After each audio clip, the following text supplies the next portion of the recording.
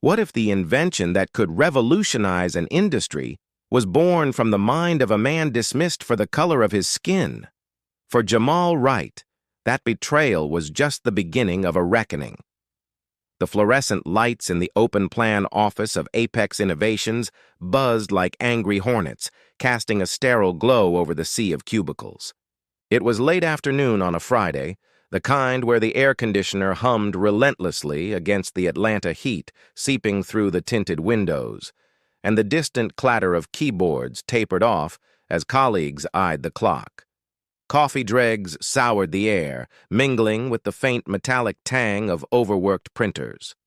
Jamal hunched over his dual monitors, his fingers flying across the keyboard, finalizing the schematics for his quantum encryption algorithm, a breakthrough that could secure data transmissions against any hack worth millions to the defense contractors circling Apex like sharks. "Jamal, my office. Now." Brad Harlan's voice cut through the hum, sharp as a whip.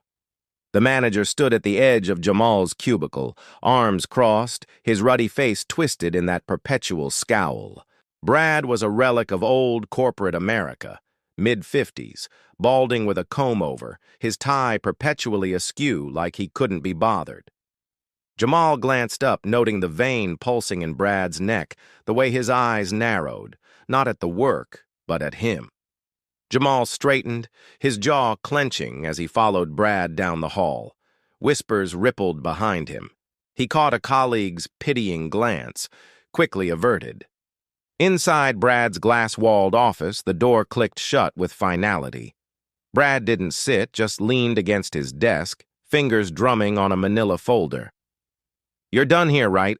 Brad said, his tone flat like he was commenting on the weather. "Pack your shit and get out by 5. Jamal's stomach dropped, but he kept his voice steady. "What? Why? My performance reviews are stellar. The quantum project's ahead of schedule." Brad snorted, a flicker of disdain crossing his face. "Ahead because of the team, not you. We've had complaints. Attitude problems. Not fitting the culture." He leaned in, his breath reeking of stale mints. "Look, kid, this ain't the place for people like you. Stirring up diversity crap, making everyone walk on eggshells. People like you." The words hung there, unspoken but screaming. Jamal's fists balled at his sides, nails digging into palms. He'd heard the whispers. Brad's offhand jokes in meetings, the affirmative action hire mutters when Jamal aced presentations. But this, firing him now with the patent application for his algorithm pending, Jamal had filed it personally, outside company channels, after Brad forgot to approve the resources. It was his baby, born from late nights in his garage, not Apex's dime.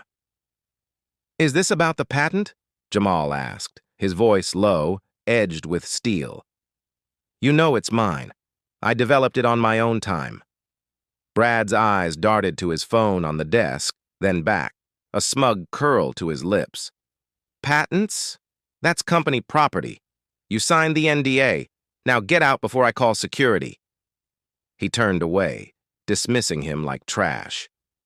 Jamal's heart pounded, a mix of rage and ice-cold fear. He thought of his wife, Lena, waiting at home with their toddler, the mortgage, the dreams pinned on this job. But as he packed his desk, photos, notebooks, the prototype drive, he caught Brad watching from his office, a satisfied gleam in his eye. Power, that's what it was. Brad thrived on it, on keeping them in their place. By evening, Jamal slumped in his cramped apartment, the city lights flickering through rain-streaked windows. The storm outside mirrored the one inside him, thunder rumbling like distant artillery, rain pattering against the glass. Lena rubbed his shoulders, her touch grounding.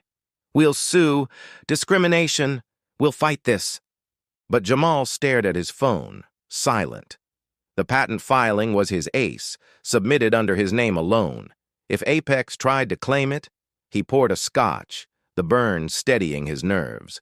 Across town, in his sprawling suburban home, Brad Harlan kicked back in his leather recliner, a beer sweating in his hand. The TV droned sports highlights, but his mind raced. With Wright gone, the quantum algo was his. He'd already emailed the legal team to refile the patent under Apex's umbrella, his name as lead inventor. A promotion was coming, he could feel it. The wife was out with friends, the house quiet except for the tick of the grandfather clock. Then his phone buzzed on the end table. Unknown number. He answered with a gruff, "Harlan." "Mr. Brad Harlan?" The voice was crisp, official, with a hint of Midwestern flatness. "This is Agent Carla Ruiz from the United States Patent and Trademark Office. We're calling regarding application number 17456-892, the quantum encryption protocol." Brad sat up, a grin splitting his face, faster than expected. "Yes, that's ours, Apex Innovations. I'm the project lead." A pause. Rain lashed the windows harder now, wind howling like a warning. Brad's grip tightened on the phone, noting the agent's tone shift. Cooler, probing. "Actually, sir, that's why we're calling. The application lists Jamal Wright as the sole inventor. We've cross-referenced it with your company's recent inquiries. There seems to be a discrepancy. Attempts to claim it as work for hire. But Mr. Wright's documentation shows independent development. We're flagging this for potential fraud." Brad's smile froze, his face draining of color. Fraud.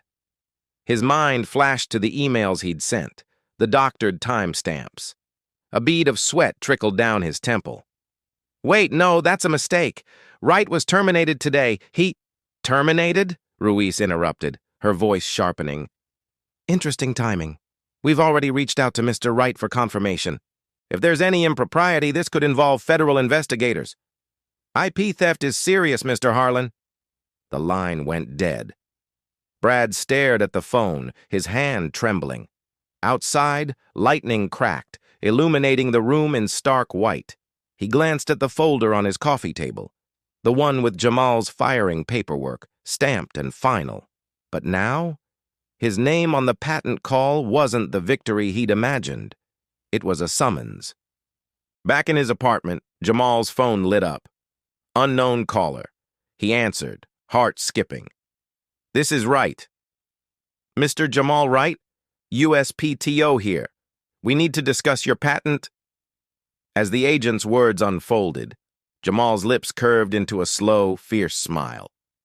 Justice wasn't a gavel.